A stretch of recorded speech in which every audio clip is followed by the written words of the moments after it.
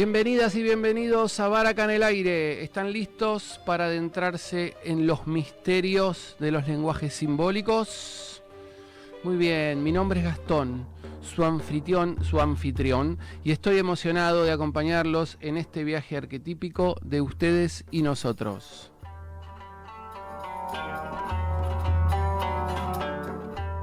¿Cómo están? Buen día o buenas tardes o buenas noches. Si nos están viendo en diferido, también nos están viendo por acá, por el Instagram de Escuela Baraca. Si nos están viendo por el Instagram de Escuela Baraca, son muy poquitos. Vayan pasándose al Instagram o a las redes de Mantra FM. Yo me escucho re mal. Ustedes me escuchan bien. Espero que me estén escuchando bien.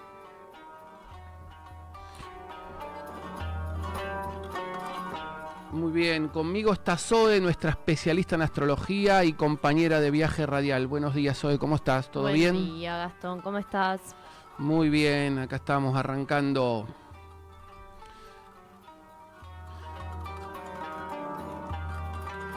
Bueno, hoy es 25 de julio del 2024. Tenemos un episodio excepcional al que llamaremos Jung y los lenguajes simbólicos. Jung y los lenguajes simbólicos, ya que mañana, es 26 de julio, es el aniversario del nacimiento del leonino Carl Gustav Jung, ¿sí? Un gran maestro de la psique humana que hizo descubrimientos y aportes excepcionales. Vamos a homenajearlo, ya que mañana cumpliría 149 años, y para hablar sobre su legado vamos a tener un invitado tan excepcional como este episodio lo merece. Quédate con nosotros para descubrirlo. Muy bien, muy bien, muy bien. Y no se olviden de dejarnos sus comentarios a través de las redes de Mantra FM con el hashtag Baraca en el Aire o Escuela Baraca. Y si nos estás viendo en diferido, no te olvides de darle me gusta, suscribirte al canal y darle clic a la campanita para enterarte de todas las novedades de Baraca. Muy bien, si nos están viendo por el Instagram, pásense, además me olvidé el soporte hoy, así que voy con el teléfono para todos lados, pásense al Instagram de Mantra FM 919, como decíamos.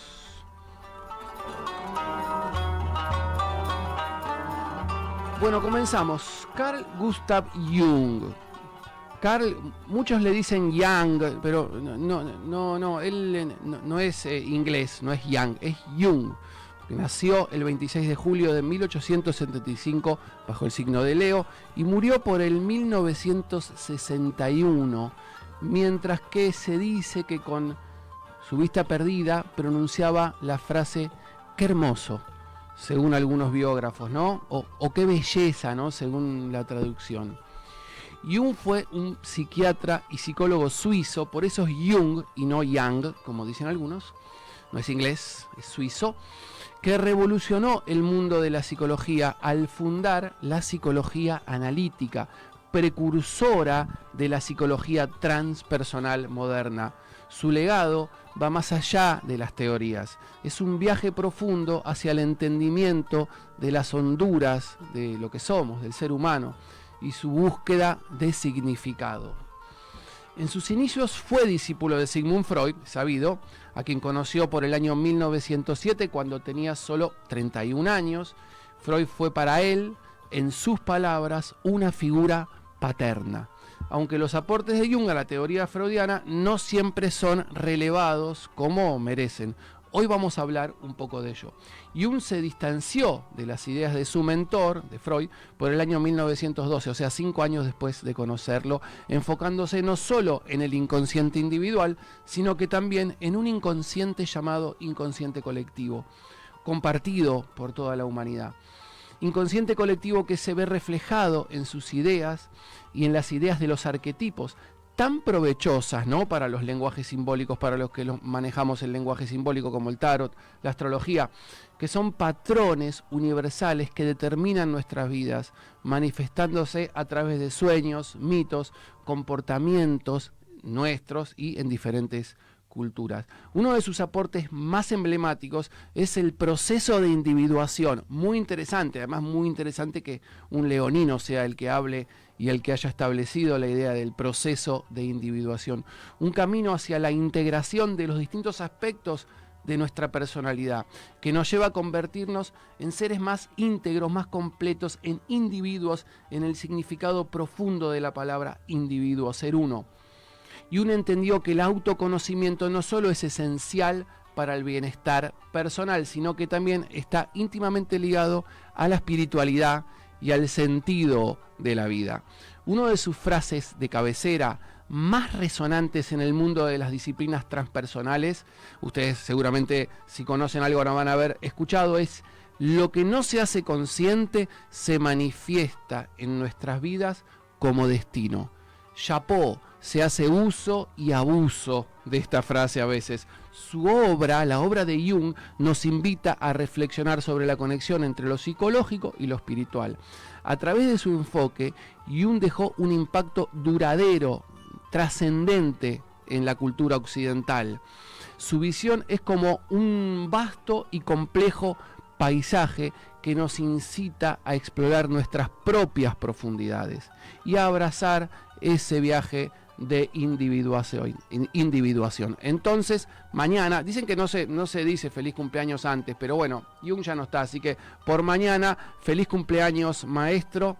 Zoe, ¿qué nos podés contar sobre la carta? Yo que tanto mencioné que es leonino, ¿hay algún dato que nos puedas dar de la carta de Jung? Sí, bueno, él no solamente es leonino, sino que además tiene ascendente en Acuario. Ajá. Y es muy interesante porque hay todo un proceso entre lo individual y lo colectivo, ¿no? Cómo está tan arraigado el tema de lo individual, que vendría a ser este Sol en Leo, pero enmarcado en el inconsciente colectivo, que vendría a ser lo acuariano, ¿no? Yang además tiene 3 planetas en la casa 3, que son la Luna, Neptuno y Plutón. Ambos planetas, todos hablan sobre el inconsciente, ¿sí? La Luna como el inconsciente personal, como la memoria afectiva, como la psiquis, y Neptuno y Plutón más como el inconsciente colectivo más global. Así que bueno, es muy interesante que él haya teorizado sobre ambas cuestiones. Y por otro lado, el principio de sincronicidad, ¿no? Que es lo más acuariano del mundo, la sincronicidad entre las cosas y la causalidad entre las cosas. Es ese principio acuariano, ¿no? Si uno no tiene Acuario no puede entender eso, básicamente.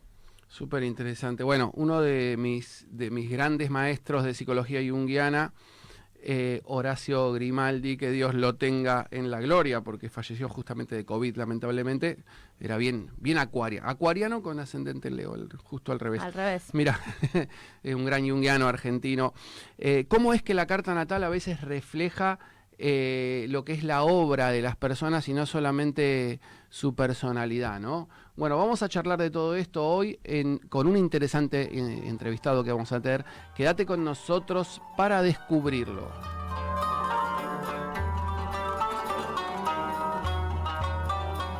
Bueno, y este es el 21º programa, el 21. 21 coincide con la carta del mundo, contenedora simbólica de todos los arquetipos del tarot. El mundo de los arquetipos, muy junguiano, algo muy junguiano. ¿Y vos qué más tenés hoy sobre la numerología de hoy? Y el 21 es el mundo en el tarot, ¿no? De Marsella específicamente. Y es muy interesante porque el mundo es la finalización de un proceso, es el último estadio. Vamos a decir que el primer arcano de los arcanos mayores es el loco, que no tiene número, ¿no? Es el 0, es el comodín, puede ir en cualquier lado de la baraja.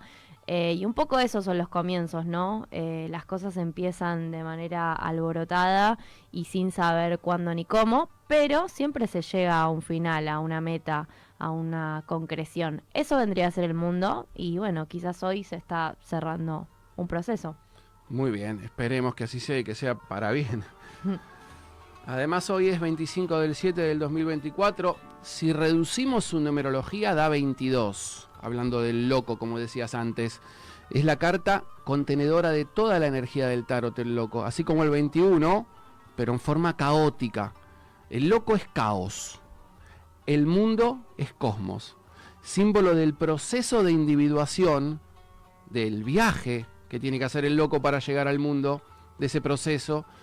y está listo además el mundo para dar el salto cuántico hacia una nueva síntesis existencial. Es como el alfa y el omega. Hablando del viaje de individuación que vamos a hablar hoy junguiano, es muy significativo, una excelente energía para hablar hoy de Carl Gustav Jung.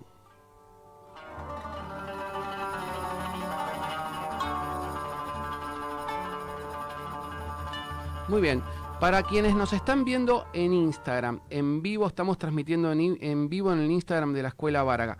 Tienen que pasarse ahora al Instagram o a cualquiera de los medios de las redes de Mantra FM, porque no van a poder escuchar a los interesantes entrevistados, a la música, no lo van a poder escuchar. Entonces pásense, vamos a cortar el vivo de Instagram, pásense a las redes de Mantra FM. Muy bien.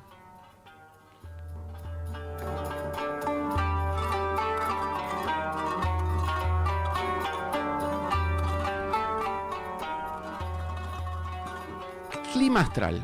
Clima astral, bueno, vamos un poquito con el clima astral. La semana pasada habíamos dicho que estábamos con una oposición entre Sol y Plutón, que estaba como medio intensa la cosa. Estábamos con noticias, con cuestiones que iban apareciendo. Esta semana de a poco vamos encontrando el eje, yo diría. Ayer tuvimos la luna en Piscis, en una triple conjunción con Neptuno y Saturno, entonces quizás tuvimos los últimos 2 días dificultades con el sueño, ¿no? O soñamos mucho o nos costó conciliar el sueño. Y es un poco, fueron 2 días de quizás estar como en un estado de relajación, pero con muchas cosas por hacer, ¿no? Porque la presencia de Saturno a veces nos pide que concretemos ciertas cosas. Hoy, por suerte, la luna ya está en Aries y tenemos un lindo aspecto blando entre Marte en Géminis y Mercurio en Leo. Quizás hoy estemos con más ganas, con más entusiasmo. Este fuego de la luna en Aries nos incentiva, nos prende y quizás sea un buen día para comunicar, para hacer brainstorming, para ponerse en contacto con gente que queramos ver. Al final de la semana ya va a estar el clima un poco más tranquilo porque el Sol va a dejar de estar en oposición a Plutón y la Luna va a estar en Tauro, así que nos vamos a poner un poco más terrenales, un poco más tranquilos, más relajados. Muy bien. Mi recomendación es que hagan backups antes del 4 de agosto, que vamos a tener Mercurio retrógrado, así que si pueden hacer backups de computadora, de celular, hacer espacio para que después cuando Mercurio retrograde no tengamos problemas. Espectacular, muy bien. Además, esto de la astrología, Zoe intenta, siempre que tenemos una columna astrológica acá, los especialistas en astrología intentan hablar lo más abarcativamente posible, pero si ustedes quieren saber cómo impacta estos tránsitos que hay todos los días, por dónde están pasando los planetas, por qué casa de cada uno le pasa el planeta y en qué ámbitos puntuales a cada uno puede afectar eso, ya es más preciso, hay que hacerse una carta natal o una revolución solar, ¿no? Porque si no, esto como muy genérico, ¿es correcto, Zoe? Sí, exactamente, para eso pueden contactarnos por nuestras redes sociales. Y bueno, y tener una consulta y ver en lo particular de cada quien cómo le afecta esto. Espectacular, Zoe, como siempre. Muchísimas gracias.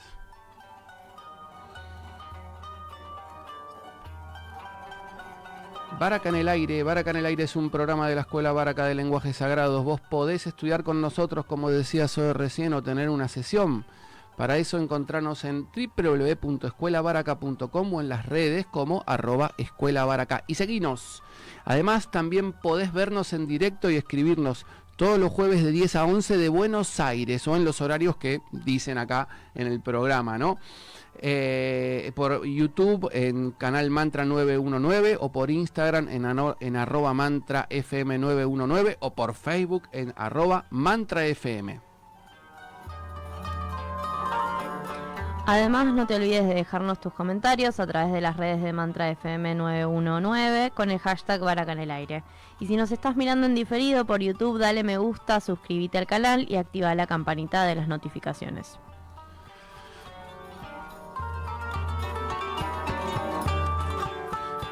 Y en este viaje arquetípico de ustedes y nosotros, en este episodio que hemos denominado Jung y los lenguajes simbólicos, Gustavo Daniel Belaústegui es psicólogo junguiano y un incansable investigador, doctor en psicología, que brinda clases con excelencia, profundidad y mucha seriedad en la UCA, si no me equivoco, quizás en otros lugares nos va a decir, y nos va a ayudar a entender más cuáles son los aportes de Jung a la visión occidental de la psique humana, los lenguajes simbólicos y la terapia. Hola Gustavo, buen día, ¿cómo estás?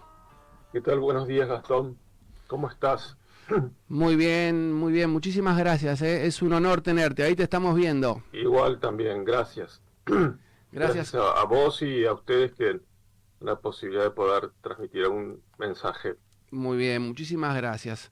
Bueno, yo estaba haciendo la introducción tuya y hablaba del doctorado, ¿no? Que es algo más científico. ¿Se puede investigar a la psicología junguiana científicamente? ¿Hacer un doctorado, por ejemplo, en psicología junguiana? Hay muchos sitios en Europa y, por ejemplo, aquí en la Universidad Católica de Chile está la posibilidad de elegir la opción de hacerlo desde la psicología analítica o compleja. Uh-huh. En realidad, estrictamente hablando, fue Jung el primero que propuso un acercamiento, incluso antes de conocerlo a Freud, uh-huh. Por el cual en realidad ya la fama de Jung comenzó con la creación del test de asociación libre. Ajá. De hecho, el concepto de asociación libre es junguiano, no es freudiano. Uh-huh. Jung, cuando va a conocer a Freud, él estaba dirigiendo en Würzburg, digamos, indudablemente ya era todo un profesional y muy reconocido en Suiza. Él estaba dirigiendo la tesis de doctorado de Ludwig Binswanger. Ludwig Binswanger fue el fundador de la psicología existencial. Ajá, sí. Indudablemente siempre hacen referencia a Viktor Frankl, pero Viktor Frankl, la verdad es que esté diluido, no tiene ninguna concisión filosófica sólida. Ajá. Binswanger fue un filósofo y un médico psiquiatra que se especializó en psiquiatría fenomenológica gracias a Jung. Uh-huh. Y ya en ese momento fue Jung que dirigía la tesis de doctorado de Binswanger, lo lleva a conocer a Freud, viajan a Viena. Y la mujer de Freud lo recibe muy bien, están 12 horas en conjunto con Binswanger, y es interesante porque después de la ruptura que tiene Freud con Jung, uh-huh. Binswanger sigue. De Binswanger no se sabe nada ni se dice mucho, pero ha sido uno de los personajes más interesantes porque ha podido dialogar, se ha carteado y ha dialogado tanto con su maestro Jung como con Freud, y pudo corroborar y afrontar no solamente con calidad como persona, sino además también en una función científica sólida. Uh-huh. El conocimiento tanto profundo de la medicina que tenía Binswanger, de la época, de la biología, de la psiquiatría de entonces, uh-huh, y de la filosofía clásica, no solamente la filosofía existencial. Ha sido este personaje Binswanger ha sido uno de los núcleos fundamentales que han marcado mucho territorio de estas partes o funciones epistemológicas que han existido en disputa en la época.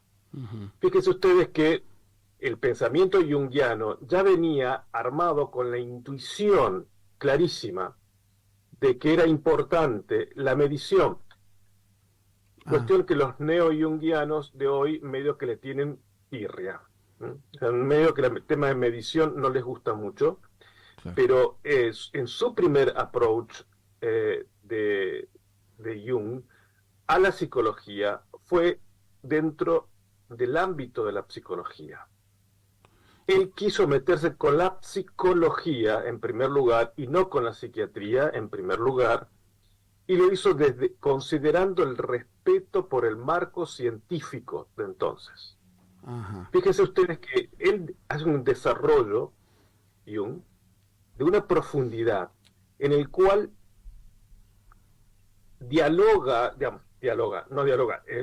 hace un análisis de una profundidad extraordinaria Sí. en relación a todas a los aportes del creador de la psicología, que fue Wundt. Ujú. Claro. Y Wilhelm Wundt, justamente, él consideró que lo racional es igual a lo psíquico, que la razón, la conciencia, es idéntico a el pensamiento, a la psicología. Identifica la psicología con lo psicológico.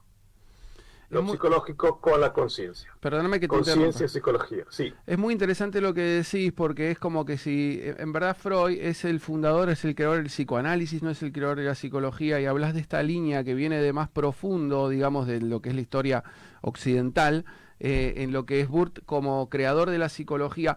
Lo que sería bueno, que son apellidos capaz un poquito difíciles para nosotros los argentinos, los latinos, que después si querés escribirlo en el chat, en el Zoom, para que después lo vayan subiendo estos apellidos. Y muy interesante, es algo que yo siempre digo en las clases, porque nosotros usamos ciertos métodos junguianos para la interpretación del tarot, para la interpretación también de la astrología, por ejemplo el método de la amplificación o las preguntas concéntricas, que creo que nacen estas preguntas concéntricas de la asociación libre. Para que los que no saben, la asociación libre es eso que hace a veces los psicoanalistas cuando ustedes van, que se ponen en el diván y les dicen como habla y no pares de hablar, asociar libremente. Bueno, es eso, que es algo como que creó Freud, pero acá nos está diciendo Daniel que en verdad viene de Jung, ¿no? Yo me acuerdo, un test que medía, que era con medición, ¿no? Se le preguntaba, se le decía cosas a las personas y los medían. Sí. Es interesantísimo esto.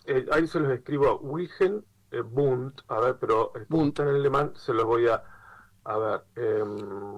Después, mientras que yo te hable, lo escribís tranquilo. Sí, ahí está. Entonces, ahí está. Bien, ahí copio mejor. Y mando el mensaje ahí. Así bueno, este señor, en las redes. Este señor es el fundador de la psicología académica. Y hay que aclarar una cosa. El psicoanálisis nunca fue psicología y nunca lo va a ser. La Asociación Internacional de Psicoanálisis americana, en la internacional, que estaba en Nueva York en una época, creo en los años 40, no sé dónde está ahora, pero tenía sede en Nueva York, publicó un edicto que se volvió a publicar de vuelta en el año 1973, en el cual se queda muy claro que el psicoanálisis no es psicología. La psicología tiene un objeto y un método propio. Claro. Y este es el que quiere abordar Jung. Jung, por esa razón, él crea el test. Son 100 preguntas que se le pedía a la persona que asociara libremente cada una de esas preguntas. Y él, ¿qué estaba haciendo? La medición con el electrodermal, el test electrodermal, o sea, la electrocutancia de la piel. Sí. Yo lo utilizo siempre porque tengo una técnica, que es una neo-jungiana, digamos, que es base de la sensomotricidad, en los cuales utilizo el electroencefalograma, utilizo un cardio especial del HeartMath Institute y utilizo el electrodermal. Y es fundamental el tema del electrodermal. Este Jung tuvo la claridad y la luz de confirmar, porque de ahí viene el concepto de complejo. Es algo experimental, no es un invento teórico de Jung que se quedó soñando y fue un producto de un sueño, no, fue producto concreto de algo empírico. De una Él medía investigación. La investigación básica empírica. Él mostraba, ¿qué mostró él? Por ejemplo, son 100 preguntas, Al principio eran 50, después se ampliaron a 100, pero bueno, no importa, eran 50 en un primer momento, por ejemplo, casa. Entonces se pedía que asociara la persona a la palabra casa otras tantas palabras. Entonces, lo que él veía era que en todo el entramado de esas respuestas, a partir de las 50 preguntas, él podía darse cuenta que estaban interrelacionadas ciertas respuestas que tenían un simbolismo común. Por ejemplo, todo lo que tenía que ver con vaso, taza, lago, cubo, caja, vagina, palma de mano, en fin, lo que hacían en esa persona producía una alteración en el polígrafo. Ajá. Una alteración en el polígrafo. O sea, para repasar, cuando se le hacía el test, se les decía, a las personas se le decían 50 preguntas, no, o sea, se le nombraban 50 palabras y se veía la medición que lanzaba el polígrafo con esta medición cutánea que vos nos decís. Y las palabras de acuerdo a las respuestas, un simbolismo similar, o sea, que tenían cierta similitud simbólica, traían la misma respuesta somática. Efectivamente, había una alteración del polígrafo. Mira. Entonces, ¿qué descubrió él? Que detrás de estas palabras que podían tener una relación de contenido, activaban un patrón, y a ese patrón es el que le llamó complejo.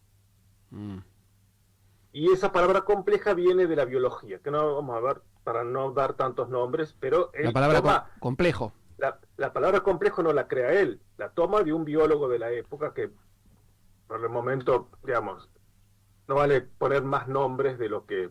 pero lo toma del marco científico de la época. Gustavo. Sí.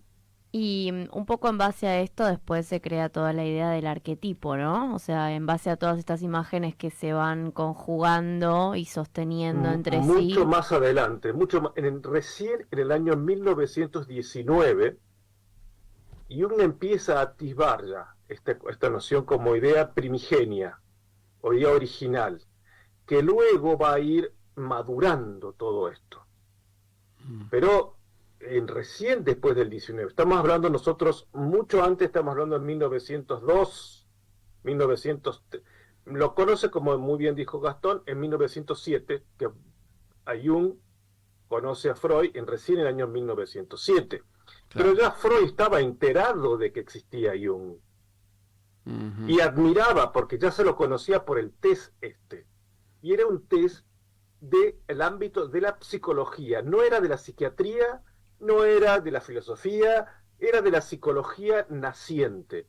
Por eso él se ocupó a este Wilhelm Wundt de contestarle, pero con una meticulosidad, con una altura. Es más, se cartearon.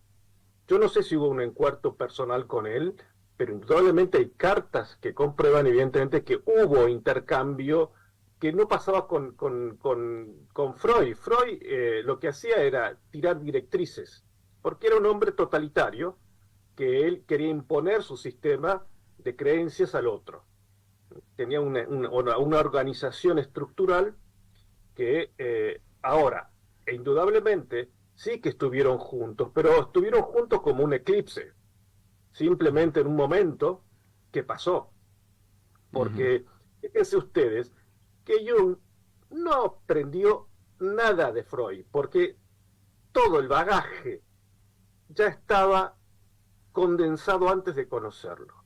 Lo que sucede es que Freud lo que sí le dio es la aplicación clínica, que esa aplicación clínica la había tomado del mesmerismo, de Charcot, de los franceses que mostraron el poder de la hipnosis. Sí, sí. Hablamos de hipnosis hace algunas, te voy a pasar el programa si querés, hace algunas sesiones, Sí, hace unos programas ya, hace unos programas anteriores, ¿no? Y el mesmerismo es el primer hipnotista, ¿no? Que tenía esto del el hipnotismo, el magnetismo animal. Un mago también. Y es interesantísimo porque además tenía una cualidad extraordinaria y un éxito extraordinario la hipnosis. Sí. Lo que sucedió es que Freud no supo hacer una hipnosis porque evidentemente Freud era hemisferio izquierdo puro. Claro. Freud fue hiperracional, toda su teoría es un racionalismo, es una reducción de lo inconsciente a lo racional. Es una aniquilación. Si uno ve la interpretación de los sueños, esa es la cosa más aberrante que puede haber, porque es querer tramitar una dinámica que Jung siempre la respetó, que es la dinámica sagrada del símbolo, que requiere otro lenguaje, que es el lenguaje del hemisferio derecho. En ese momento, el hemisferio derecho no se sabía que esta diferenciación entre hemisferio derecho y hemisferio izquierdo, hoy es ciencia, Sí. y evidentemente en esa época no, pero lo que hace todo lo que hace el psicoanálisis freudiano y post-freudiano es hacer una reducción al hemisferio izquierdo. El hemisferio izquierdo es el racional, el derecho es el emocional, racional. Creativo. Bien. Efectivamente. Y de hecho sabemos por Van der Kolk, por ejemplo, en las neurociencias de actualmente, que el trauma está metido en el hemisferio derecho. Yo justamente ahora estoy haciendo la submission, ya hice una submission sobre un artículo sobre los arquetipos biológicos, todas las restricciones biológicas de los arquetipos en Jung, en una revista británica. Ajá. Ya hice la primera submission de uno, estoy ahora terminando, ya terminé ayer justo el otro, donde voy mostrando todas las connotaciones biológicas. Las restricciones de la neurociencia hoy estaban clarísimamente expresadas en la obra de Jung, en los movimientos de la libido, tanto espacial como temporal, que son el movimiento de retrogresión y progresión, introversión, extroversión, los arquetipos de ánima y ánimus. Sí. Toda la neuroendocrinología está pero perfectamente armada, todos los moduladores de la regulación emocional. Es decir, la obra de Jung ha tenido una visión. Yo cuando lo sigo leyendo a Jung,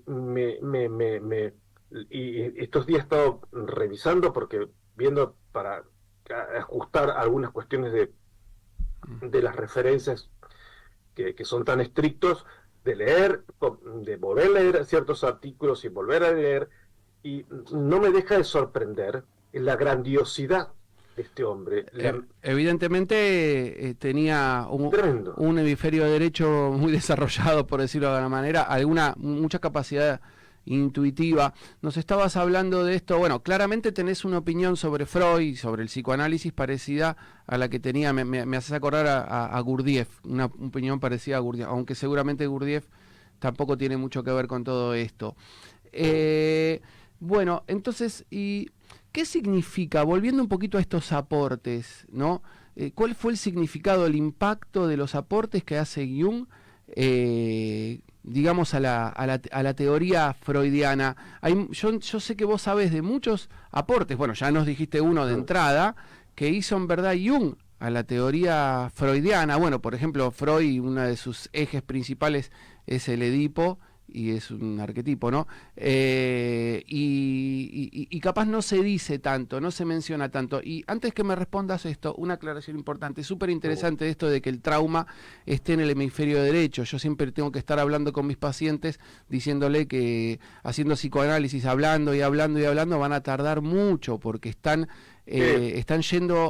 apuntando a un lugar donde no está el problema. Generalmente las personas que van al psicólogo no tienen un problema de comprensión, tienen un problema emocional, tiene que bajar al emocional, y para eso la hipnosis, por ejemplo.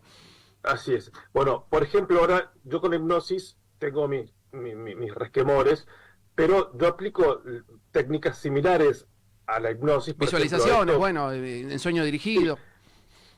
No necesariamente. Por ejemplo, A ver. este auricular que tengo puesto acá tiene un sonido binaural que yo lo aplico siempre con efectos cromáticos, Ajá. en los cuales son bilateral, porque eso estimula las neuronas de una manera muy particular, que tiene que ver con el oído medio, y se provoca lo que se genera con la estimulación cromática, la olfativa, porque también aplico esto, el olfato, y la audición, todo de la neurobiología para estimular el derecho.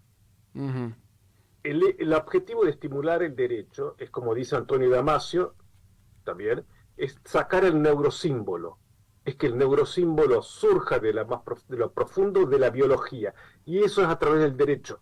Y eso lo tenía claro en ese momento Jung, porque Jung fue el que creó la arte terapia. Sí, sí, sí, sí. Y además, lo interesante de eso es que Jung vivió encarnadamente todo lo que pensó y sintió. Toda su psicoantropología, porque en Jung tenemos psicoantropología, de la más... Definilo para todos. Bien, fíjense. Bien, miren, si nosotros no tomamos la visión de la neoescolástica digamos, de Santo Tomás, Aristóteles, Santo Tomás, también los aportes de Leibniz, de Godolphin Leibniz, este gran filósofo que fue contrario al pensamiento de René Descartes, que también lo tiene muy en cuenta, no solamente Jung, sino muchos autores que han seguido la línea junguiana desde la neurobiología, desde la biología molecular, la biología genética, la biología, por ejemplo, de David Bowen, ¿no? Hay un montón de otros autores, bueno, en fin, que lo que muestran, sin duda, es que hay un bagaje de la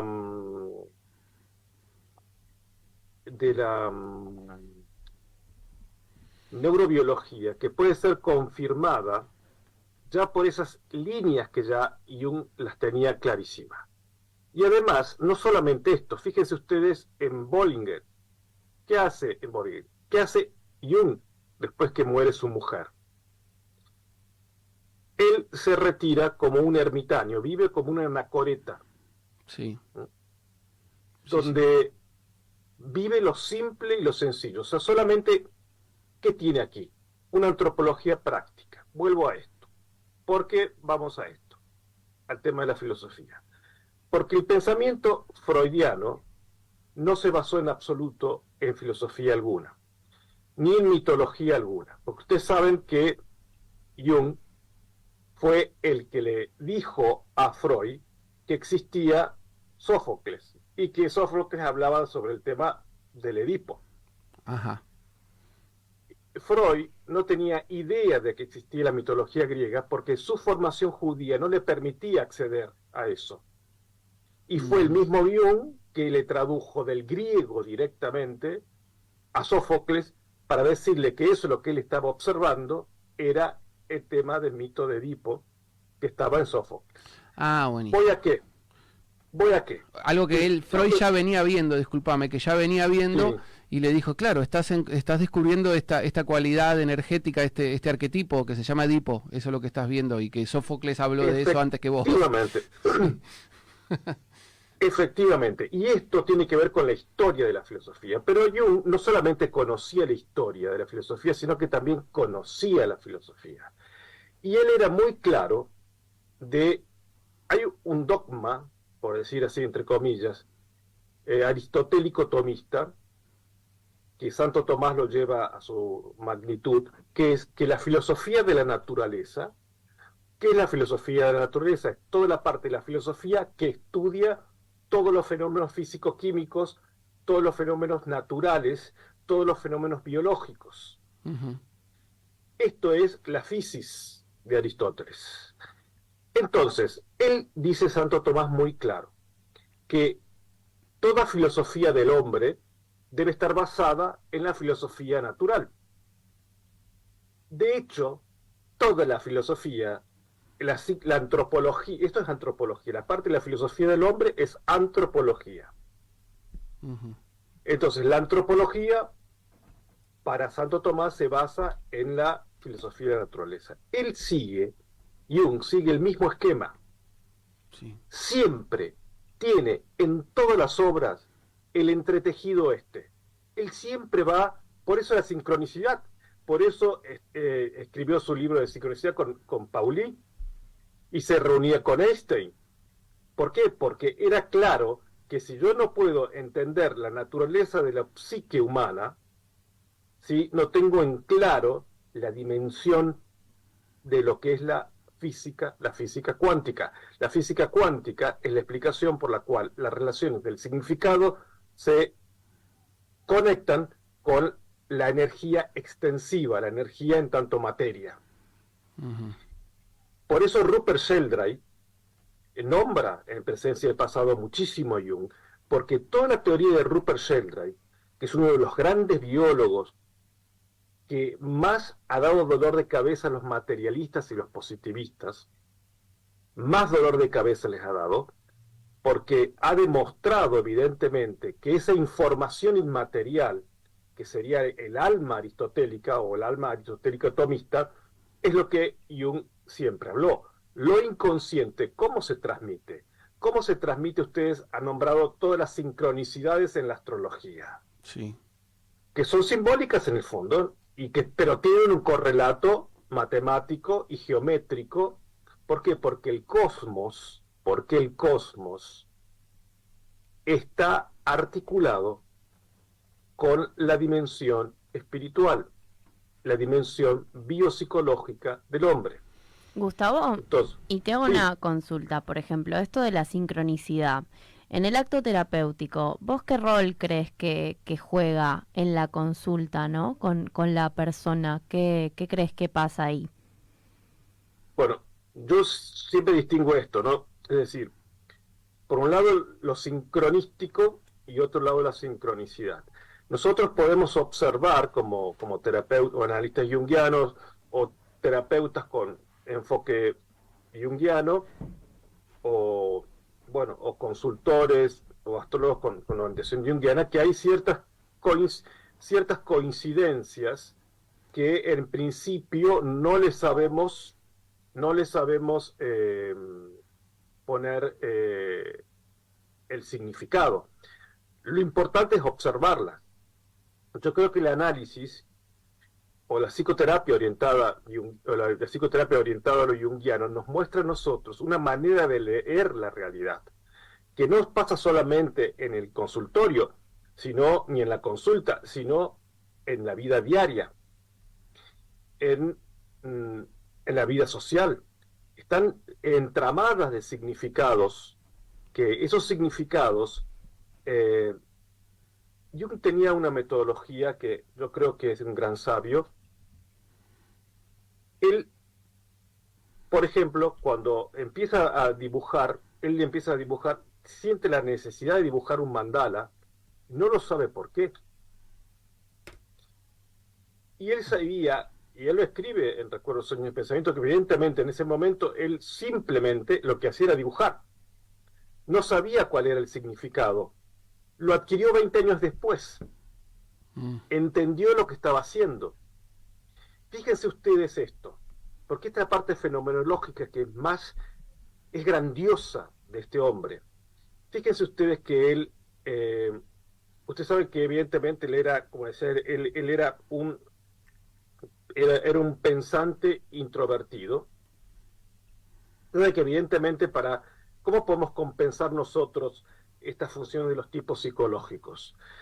Si tenemos nosotros, en primera instancia, yo soy un pensante, mi función opuesta, complementaria, va a ser el afecto o el sentimiento. Sería el afecto, sería la traducción correcta.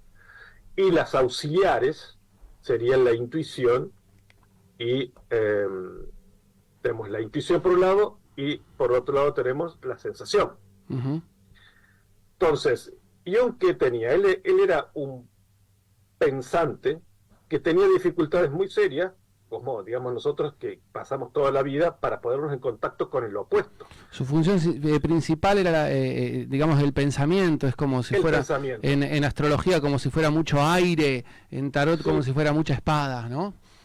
efectivamente. Entonces, lo opuesto, Jung dice claramente, no podemos ir directamente a complementarnos con el opuesto, sino con la ayuda de los auxiliares. ¿Y qué hacía Jung?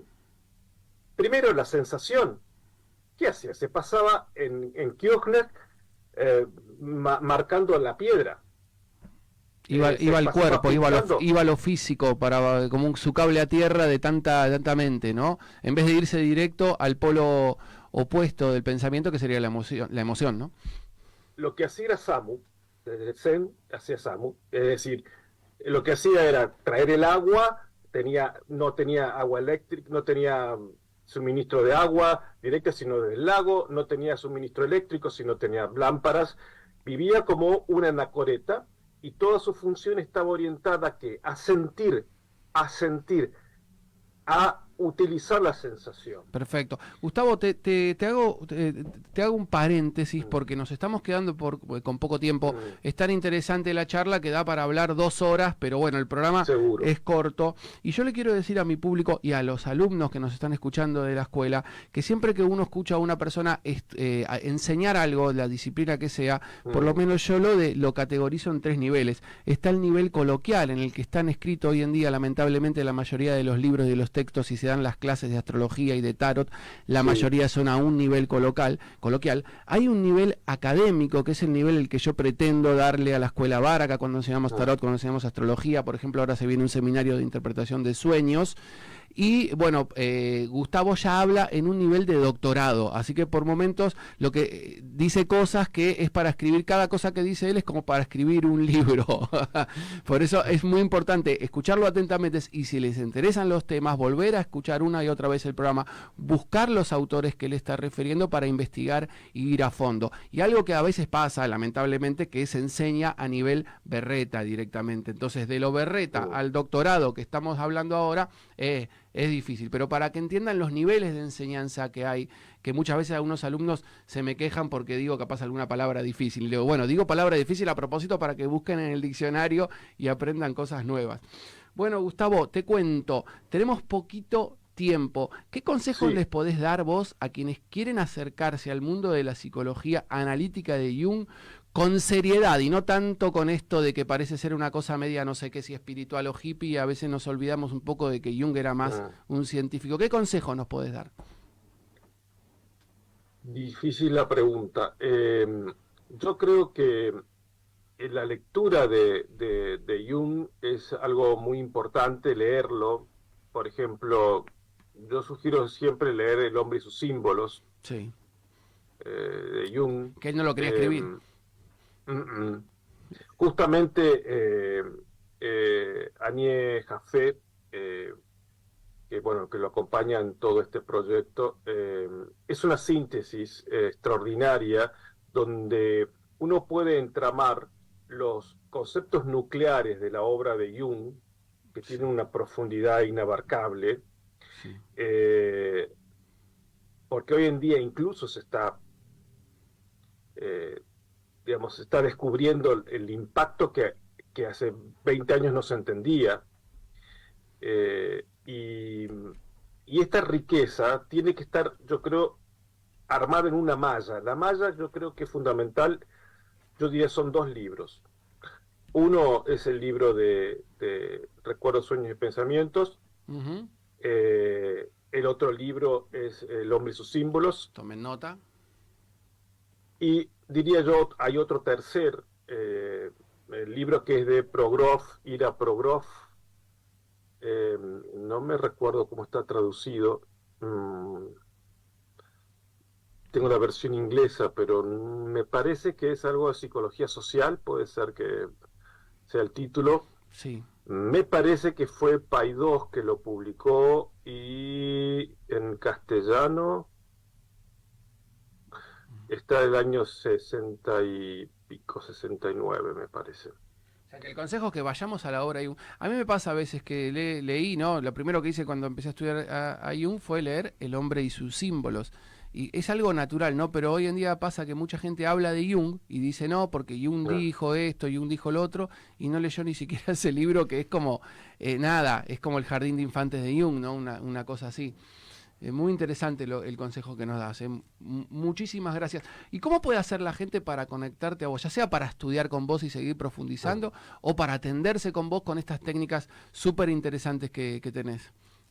Yo en este momento no estoy recibiendo pacientes de la técnica que es junguiana en realidad, que es la técnica de alternancia multisensorial, que justamente busca estimular el hemisferio derecho, Sí. y la técnica del POPEC, que es un test junguiano también, que eso está ahí. Ahora tengo un software y creo que te he invitado también ¿Vas a relacionarlo con la astrología? ¿Algo de astrología me nombraste? Hay que la idea es justamente encontrar como... es un test que tiene una rigurosidad matemática. Hay muchas categorías que coinciden con las que tiene digamos la astrología clásica. Entonces, sería interesante que también es un ámbito de investigación. Nosotros lo que sí está correlacionado con toda la neurobiología, con la psicoestadística científica, psicológica, internacional, pero ¿Cómo te encuentran, perdón? ¿Y cómo te encuentran para estudiar con vos? Si querés, sí, porque capaz es un grupo reducido, ¿no? Nosotros, yo después sí te puedo pasar los datos. Bueno, buenísimo. Vamos a habilitar, yo te paso en todo caso los datos, porque vamos a armar un workshop para la técnica esta que es junguiana en realidad, porque hay patrones sacados estadísticamente, o sea, es volver al primer Jung, al Jung original, al Jung interesado en la matemática, porque también indudablemente la astrología tiene que ver con el tema de la matemática, también Pitágoras y en fin, Empédocles y todo lo demás estaban fascinados por el mundo matemático y geométrico. Y sí, ¿no? Al principio los científicos eran todos matemáticos y astrólogos y astrónomos. Nosotros tenemos un profesor de astrología, Daniel Malano Ali, que siempre dice, ustedes se quejan de esto cuando les enseña algo medio difíciles, pero yo estuve levantando cartas a mano durante 20 años. Ahora sí. que... yo empecé estudiando y después dejé, pero empecé con levantar la calculadora, pero claro, a mano. Claro. Y era tremendo, no había softwares. No. Pero uno podía entender muchas cosas, y bueno, incluso uno puede entender muchos pensadores que también admiraba a Jung, que eran, por ejemplo, Gottfried Leibniz. Sin Gottfried Leibniz no hubiera existido la ingeniería. Todo el cálculo matemático, los derivativos, todos parten de Leibniz. Bueno, Leibniz era un filósofo. Gustavo, tenemos que ir dejándote porque se nos está terminando el programa. Te agradecemos muchísimo, da para hablar muchísimo más. Así que espero poder entrevistarte dentro de poco nuevamente. Muchísimas gracias y nos vemos. Hasta luego. Nos vemos, Gastón. Que estés muy bien. Gracias. Muchas gracias. Adiós. Muy bien, perdón que terminé la nota de golpes, que ya nos estamos quedando sin tiempo y yo prefiero poder despedir al entrevistado y no como me ha pasado a veces que se corta así. Baraca en el Aire es un programa de la Escuela Baraca de Lenguajes Sagrados. Comunicate con nosotros a través de los medios que saldrán en el cierre del programa o buscanos en las redes como @Escuela Baraca. Y si estuviste viendo el programa en diferido, por favor dale me gusta, suscríbanle al canal y activa la campanita para enterarte cuando subimos más contenidos. Muy bien. Nos estamos despidiendo. Espero que les haya gustado. Les agradecemos mucho por este momento compartido y nos vemos el próximo jueves de 10 a 11 o en este mismo horario en el mundo o en diferido por nuestros canales. Mi nombre es Zoe Schmidt, me pueden encontrar como Rayo Astro Tarot en Instagram y nos vemos la semana que viene. Esperamos haberles servido para su camino. Abrazos a todos y a todas y que tengan un feliz jueves y un fin de semana espectacular. ¡Chau!